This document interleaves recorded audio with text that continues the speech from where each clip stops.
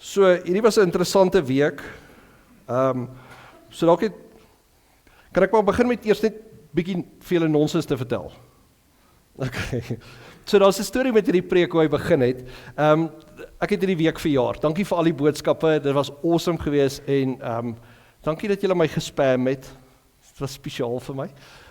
En ek waardeer dit. Maar dit was regtig 'n lekker week geweest. Die idee was geweest net om so half bietjie dit rustiger te vat. Van die begin van die jaar af sê ons, kom ons vat dit rustiger. Rustiger dat ons die Here se stem sal hoor. En donderdagoggend is dit toe op 'n plek, kyk ek het 'n hele program uitgewerk van wat wil ek oor preek die hele jaar tot in Augustus maand. En toe ons vir mekaar sê, toe Alida vir my sê, hardloop ons nie dan vir die Here weg nie. Waar is Alida? Daar sit jy. Ek jou nie herken met jou oë oop nie. In 'n geval, en Alida sê toe vir my op 'n kantoorvergadering, hoorie dit was, ons het so sterk begin met, kom ons slek bietjie af, maar het ons nie weer begin hardloop, het ons nie die momentum van die lewe ons opgetel en ingesluk weer nie, en dadelik herken ek, die Here is besig om daar te praat, ons herken dit, en ek vat my beplanning so, en ek sê, dit kan ek altyd oor preek, as ek nie 'n klou het wat om te sê nie, maar kom ons begin net meer luister dan, kom ons slek af en luister. En so was dit geweest, toe donderdagoggend se kantoorvergadering kom, en ons is almal hier by mekaar, en dit is lekker, en Pauline het moeite gedoen, en dit is baie nice, en hulle vra toe vir my, wat preek ek vandag? En ek sê, ek het nie 'n klou nie, ek weet tog nie. En hulle spot toe, wel, ons het sop vandag, soos julle weet, miskien moet ek iets oor sop doen in die Bybel. En ek sê, ja, al wat ek nou aan kan dink is, julle weet, Jakob wat die lensiesop, moes nou vir sy broer, vir Esau, wat die eerste geboorte reg steel met die sop. En terwyl ek besig was om te praat, sê ek vir hulle, miskien is dit 'n goeie idee om nie daaroor te preek nie, want ons is te naby aan 'n verkiesing, en ek is regtig, ou Jakob wat nou weer iets steel, ek wil nie politiek praat nie, so kom ons los daai idee. En ek gaan huis toe, en die idee haak toe nogal. En ek dink, maar miskien moet ek gaan soek, dalk wil die Here iets met ons deel oor sop in die Bybel uit. En ek gaan soek toe, en ek vra my, AI goedjies daar, vertel van geleenthede waar daar sop in die Bybel is. En dan kom 2 goed terug. Die lensiesop ene, okay, ons weet hy is van die tafel af, hy is nie op die spyskaart nie. Lensiesop is nie op die spyskaart nie.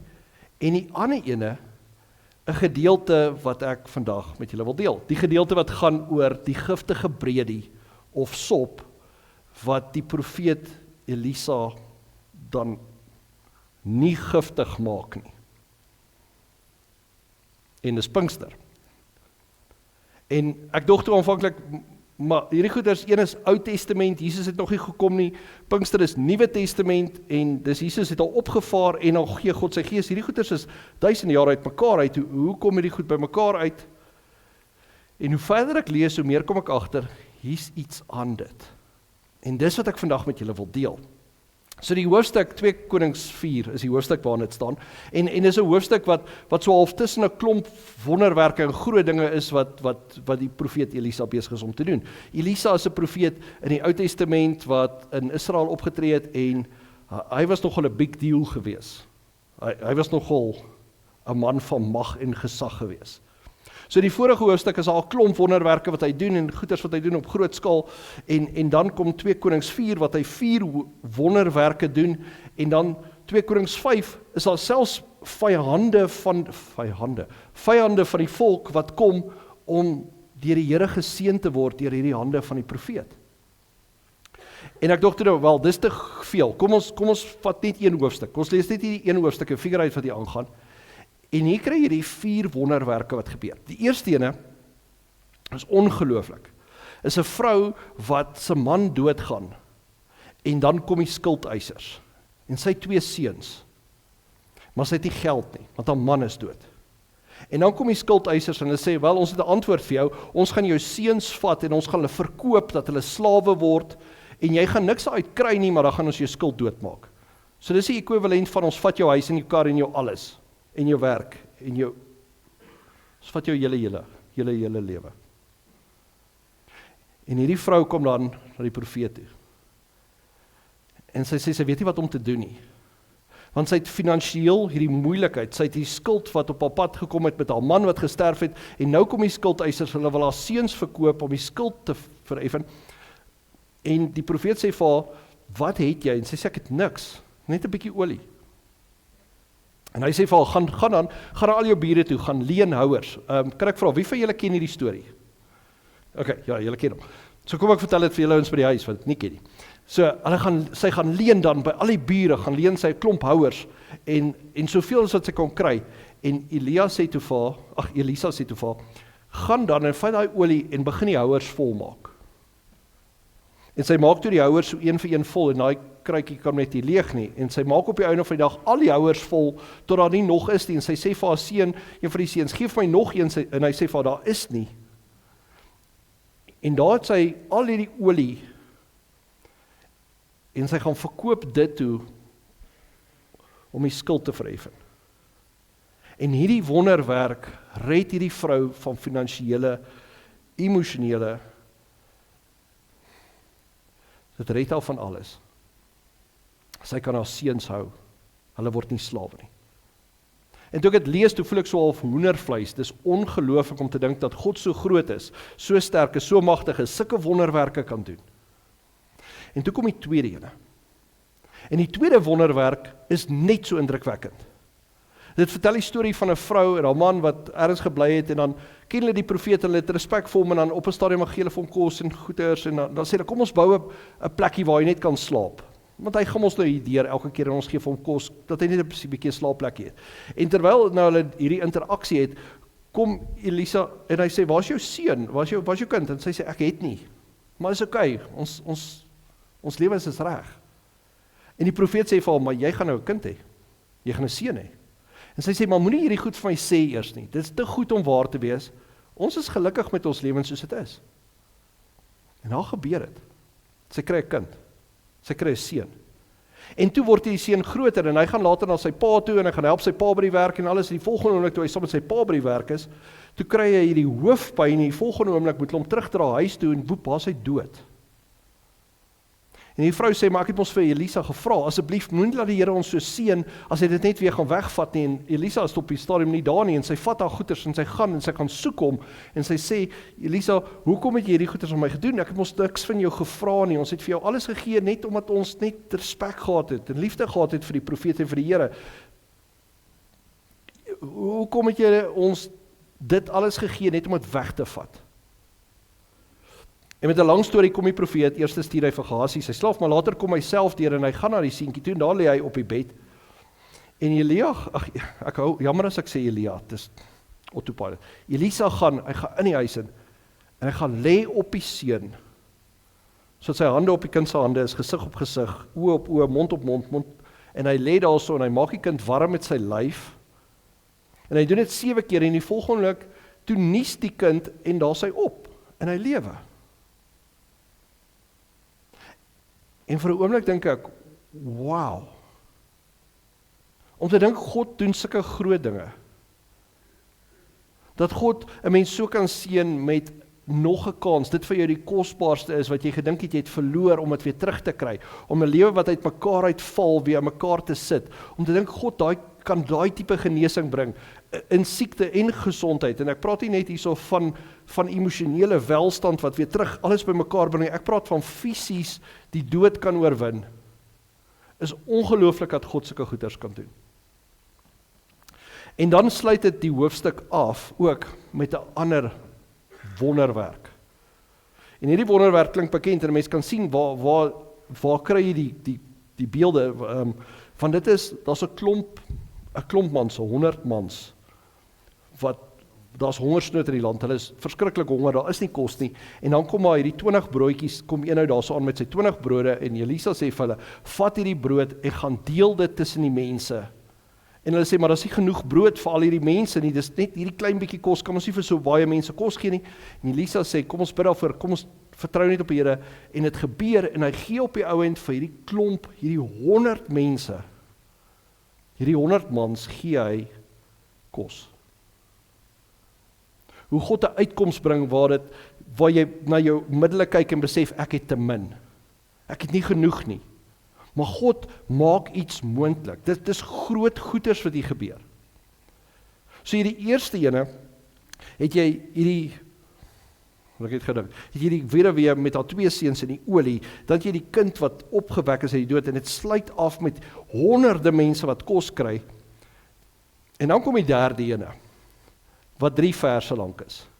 En dit is by verre die boringste van al die wonderwerke. Die een waar ek vandag gaan preek. So as jy vir 'n oomblik nou begin visvang, ek glad nie kwaadlik nie, want hierdie is so 'n boring wonderwerk. Dis regtig, ek wil dit vir julle lees, net dat julle kan hoor, dis baie kort, en is regtig nie opwindend nie, as jy vergelyk met finansiële bankrotskap wat jy van gered word, en honderde mense wat gevoed word, en die dood wat oorwin word. 'n Giftige brede is nie so indrukwekkend nie. Kom ek lees dit vir julle. Dis 2 Konings 4, en is daar van vers 38 af. Dit klink so. Elisa is terug Gilgal toe. Daar was in die tyd 'n hongersnood in die land. En terwyl die profete aan sy voete gesit het, so met ander woorde ander profete wat by hom kom sit en kom leer, kom saam praat oor die Here, sê hy vir sy slaaf, sit 'n groot pot op die vuur en kook 'n breedie vir die profete. Een van hulle is veld toe om te gaan kruie pluk. Hy het op wilde ranke afgekom en wilde komkommers daarvan gepluk tot sy sakke vol was. Hy het dit in die pot met die breedie gaan insny sonder om te weet wat dit regtig was. Hulle het met die ete vir die manne van hierdie breedie opgeskep. Maar net toe hulle dit proe, roep hulle uit, man van God, daar is gif in die kos. Hulle kon dit nie eet nie. Elisa het gesê, bring 'n bietjie meel. Hy het dit in die pot ingegooi en gesê, skep op vir die mense, dat hulle kan eet. Die kos in die pot was toe nie meer giftig nie. Nie dit. So met ander woorde, hier gaan iemand en hy gooi giftige goeders, en ek het nogal gehou van die stingel daar agter, dit lyk bietjie giftig. Gooi van hierdie goeders in kos daarso, daar's hongersnood, hulle kan nie net nuwe kos maak nie, hierdie profete, klomp kerkouens sit daar bymekaar, weet nie of dit 'n ouderlinge korps is of iets nie, hulle sit en praat, die slawe moet vir hulle kos maak, en volgende oomblik kom hulle aan en sê, nee, hierdie goed is nou giftig. En Elisa sê, no worries, daar sê hy, nou kan ons eet. En hulle eet dit, en is fyn. Goeie wonderwerk, hè? Nou, hier is die ding, hierdie enetjie vergelyk net nie met die res nie. Ek bedoel, ons praat hier so van 'n vrou wat sy kinders verkoop, gaan seuns gaan verkoop word. Sy is 'n weduwee wat uitgelewer is, daar's nie hoop nie, daar's nie antwoorde nie, en daar kom uitkoms. 'n Vrou wat sy kind dood is, en daar kom lewe, honderde mense wat kos kry, en Elisa wat so maak. Dit is nie van dieselfde kategorie wonderwerke nie. En ek dink toe nou nogal verder hieroor, en ek dink, terwyl ek hierdie ding lees, was dit vir my wonderlik geweest om te hoor hoe groot en groot wonderwerke God kan doen, maar realisties, as ek hoor van daai olie wat net hier opraak, en dan dink ek aan die tyd toe ek 'n student was en gedink het my petrol sal hou tot ek by die huis is. En ek gebid het en gesê, asseblief, laat dit afdraande wees tot by my woonstelletjie. En dit was, maar dit was te ver. En nou moet ek gaan staan en gaan soek, en op jou langste rekord, jy kan bid dat jou tank nie leeg word nie, soveel soos wat jy wil, maar die realiteit is ons almal weet, ergens gaan jy staan en iemand bel en sê, hi, kan jy my kom help? Ons almal weet, God kan groot dinge doen, maar as jou kind siek is, of jou vrou siek is, en daar kom iemand aan en sê, staan terug, ek is 'n profeet en hy gaan lê op jou kind, dan bel jy die polisie nadat jy hom uitgegooi het. Ek sal nie toelaat dat iemand op my seentjies gaan lê as hulle siek is. Wat 'n belaglike storie is dit hierdie. Dit maak net nie vir my sin dat ek enigiemand sal toelaat wat siek is, koorsig is, wat uitgepaas is, wat dood lyk of enigiets. Niemand gaan op my seentjies gaan lê nie. En die kosting, ja, ek weet nie. Kos kan jy seker kleiner porsies eet en rek en al daai goeders, maar ek was nog nooit in 'n situasie gewees waar daar by hierdie kerk genoeg snacks of sop is nie. Hoe kan dit so gebeur? En toe kom ek agter, so groot soos wat my geloof in die Here is en in sy liefde is, so groot is my twyfel in hierdie wonderwerke wat ek hier lees. Ek weet dit moet so wees, ek weet dit kan so wees, ek weet die Here kan groot dinge doen, maar realisties, as ek dink ek vertel hierdie storie vir enigiemand anderste wat nie 'n gelowige is nie, wat nie 'n Christen is nie, wat nie groot geword het met hierdie idees nie, wat nie groot geword het gesê, ja, ek ken die storie van die emmers en die olie wat nie opword nie. As ek hierdie storie vir enigiemand moet vertel, gaan hulle vir my sê, ja, en toe, het jy nog goeie stories? Wat is die punchline hier? Waar kom jy aan hierdie goeters? Het is net bietjie absurd. Vir ons moderne mense wat met ons koppe dink en evalueer, ek bedoel, en dit kom uit 'n tyd uit, nog ver voor Jesus aarde toe gekom het, en Jesus het 2000 jaar terug aarde toe gekom, dit kom uit 'n wêreld uit wat so ver van ons verwyderd af is dat hierdie goeters voel net nie eers vir my meer wonderlik nie. En as ek sê, dit is ongelooflike wonderwerke, ergens langs die pad, dan kom 'n idee by my op is, dis eintlik ongelooflik. Ek weet nie of ek dit kan glo nie. Miskien het dit in daai tyd gebeur, of miskien het hulle dit net so interpreteer. Miskien was daai pot nie eers so giftig geweest nie. En toe begin ek dink oor hierdie pot. Oor hierdie Gilgal pot waar hy gaan sit het, en saam met die ander profete besig was, en hoe God iets kleins doen. Soos waar jy saam is, en jy skielik kom jy agter, iemand het 'n fout gemaak. En jy het nie opsies hier nie. Jy weet nie wat om te doen nie. Jy weet jy het nou 'n stupid ding gedoen. Jy weet iemand het nou 'n fout hier gemaak en iets in hierdie pot gegooi wat hulle nie moes nie. Iemand het 'n fout gemaak by hulle werk en iets gesê wat hulle nie moes nie. Iemand het iets gedoen wat hulle nie moes nie. Ek bedoel, hierdie goeters voel vir my meer bekend. Dit voel vir my meer asof ek daarmee kan assosieer. Is dat 'n mens daar so saam is, saam met die ander ouens besig om 'n werk te doen, en dan kom jy agter, iemand het 'n groot fout hier gemaak en ek weet nie meer wat se opsies nie. En dan op een of ander manier gaan die Here en hy maak 'n deur oop. Hy maak iets moontlik. Is daar waar ek gedink het is, nou gaan ek vasloop hierso, daar is nie hoop nie, daar is nie 'n kans nie, hier is ons moeilikheid. En hier is nou die deel van die preek waar ek wil sê is, hier praat ek al lankal nie meer van sop nie. Hier praat ek van dinge wat ek en jy in ons lewens doen, van ek het 'n werk gevat op 'n plek en toe ek daar kom, toe besef ek dit was die grootste fout van my lewe. Ek het op pensioen gegaan en gedink ek gaan my geld goed belê en ek gaan genoeg hê vir my ou dag en nou kom ek agter ek het nie. Ek het gedink dit sal reg wees, ek gaan saam met hierdie persoon trou en my lewe saam met hulle spandeer en daar's goeders wat hak, maar weet jy wat, hulle gaan verander, dit gaan uitwerk, ons gaan mekaar slyp en vorm en dinge gaan oukei wees. Daar's soveel foute wat ons maak, wat ons as ons oë uitvee, dan kom ons agter, nou sit ons met hierdie giftige sop, hierdie giftige brede, en ons weet nie wat om te doen nie, want ons kan nie uitgooi en oorbegin nie, hierdie is jou lewe, en dis die punt waar jy is, en dis wat jy mee sit. En nie altyd nie. Maar partykeer gebeur dit. Iets wat in 'n sekere rigting moet gaan ewe skielik in 'n ander rigting. Dit wat moes giftig wees en jou doodmaak, word iets wat op die einde van die dag jou voed en jou lewe in 'n ander rigting stuur waarvoor jy later dankbaar is. Iets wat aanvanklik bitter en sleg was en gevaarlik was, kom jy later agter was eintlik die grootste bedekte seën gewees. Ek bedoel, ons het 'n woord daarvoor, bedekte seën. En ons almal het sulke stories van goed wat gebeur het en op die einde van die dag die teenoorgestelde reg gekry het wat dit moes reg kry.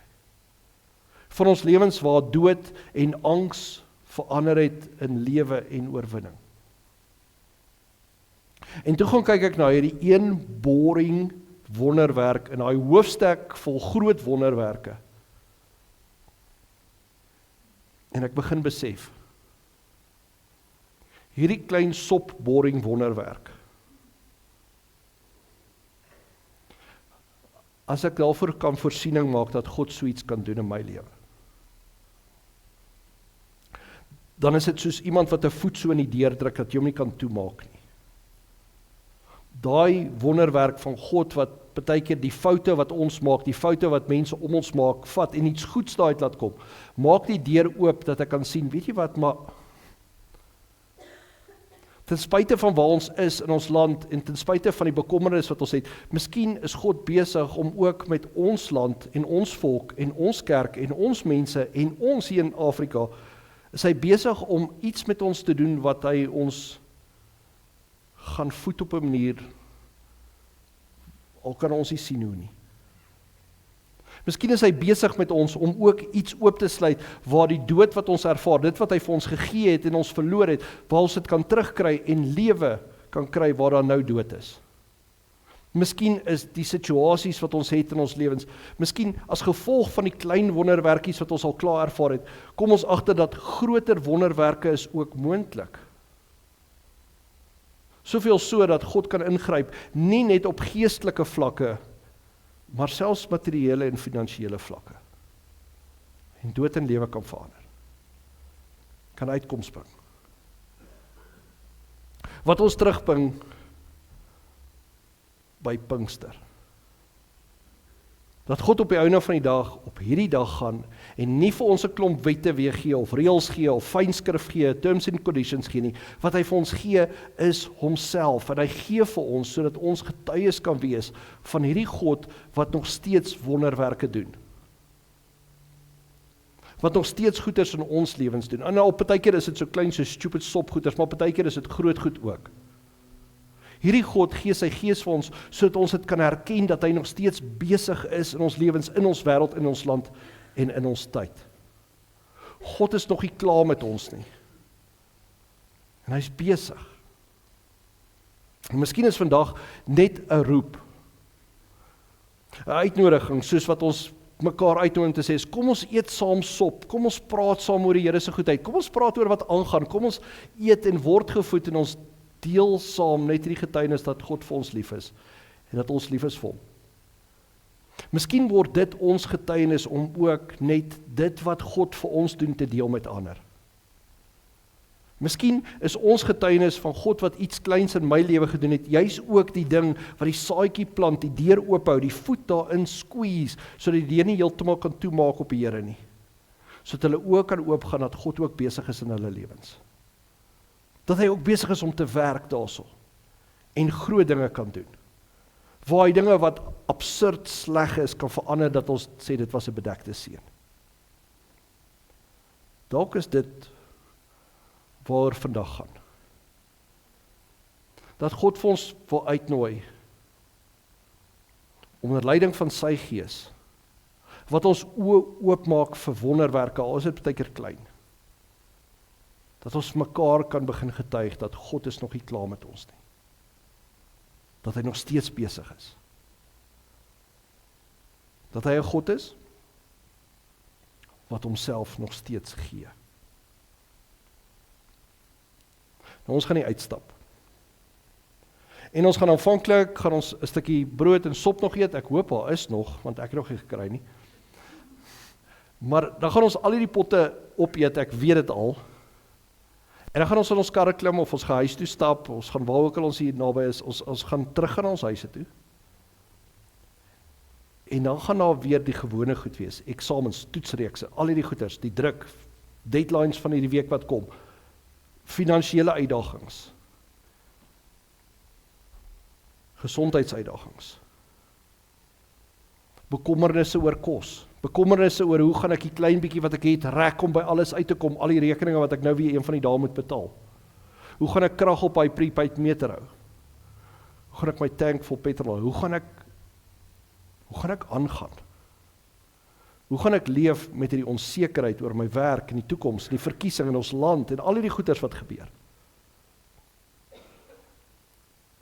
En dan gaan hierdie oomblik na julle toe terugkom. Dan gaan hierdie oomblik na my toe terugkom. Net om ons te herinner. Dat God kan partykeer klein wonderwerkies doen. Wonderwerkies wat 'n mens so half kan afskryf om te sê, ag, dit was net 'n pot sop man, wat was die groot ding daar? Ons kan dit doen. Maar die oomblik as ons hom raak sien, dat hierdie 'n oomblik was wat God ingegryp het en besig was in ons lewens, dan maak hy die deur oop om te sien, hy kan ander dinge ook doen. Dis die uitdaging. Om hierdie week net bewus te word van die klein wonderwerkies wat God doen en mekaar te herinner dat hy groter goed ook kan doen. Want hy is lief vir ons. En hy is daar. En ons is nooit alleen. So hier is my uitdaging vir my en vir jou. Wees op die uitkyk vir wat die Heilige Gees, wat die Here hierdie week in jou lewe, in jou gesin, in jou finansies, in jou werk gaan doen, waar daar dinge is wat nie uitwerk soos wat jy gedink het dit gaan nie, maar beter gaan. My maat, een keer, en dis nou baie jare terug, het sy so gepraat van, hoe sy een keer op pad was, daar Pick n Pay of iets toe, of 'n Spar, of ek weet nie of dit OK of iets is nie, en sy was laat gewees, en toe kry sy parkering reg voor die deur. En dit was 'n geskenk van die Here af. En ek onthou daai tyd was ek 'n teologie student en ek het gedink, ja, wat ook al daar. Dis nou. En nou kom ek agter, dit was haar pot sop gewees. Daai parkering op 'n dag waar sy laat hardloop en te veel dinge het om oor te worry en die Here gee en hy gee vir haar parkering reg voor die deur. En sy die wysheid om dit raak te sien vir wat dit is in daai oomblik. 'n Voet in die deur van God wat sê, ek is nog steeds besig in jou lewe. Kom ons kyk hierdie week uit, vir die klein wonderwerkies wat God nog steeds besig is om te doen. Want dit kan groot impak hê. God is nog besig in ons. Hy is nog besig in ons wêreld. Hy is nog nie klaar nie. Kom ons bid saam. Almagtige Here, baie dankie. Dankie dat U daai pot sop wat giftig was, daai breedie, dat U dit eetbaar gemaak het. Daar's elke week ook sulke klein wonderwerkies en dat in ons lewens gebeur, maar partykeer is ons so op die uitkyk vir dood wat in lewe verander, vir kinders wat opstaan uit die dood uit, of olie wat nie ophou nie, of honderde mense wat kos kry. Ons verwag sulke groot wonderwerke dat ons die kleintjies begin miskyk. En ons sê vir onsself, dit was net toevallig, of ons lees net iets in. Maar lei ons asseblief deur die Gees, dat ons U sal herken, en sal verstaan wanneer U besig is om wonderwerke in ons lewens te doen. Help ons asseblief, Here, om die klein wonderwerkies te herken, en so ook te wag op die grootes. Dankie dat U nie vir ons net nog wette, reëls of idees gee nie, maar dat U self ons gee. En daarom bid ons al die dinge in die naam van Jesus Christus, ons verlosser en ons redder, wat vir ons gesterf het en opgestaan het. Amen. Baie dankie.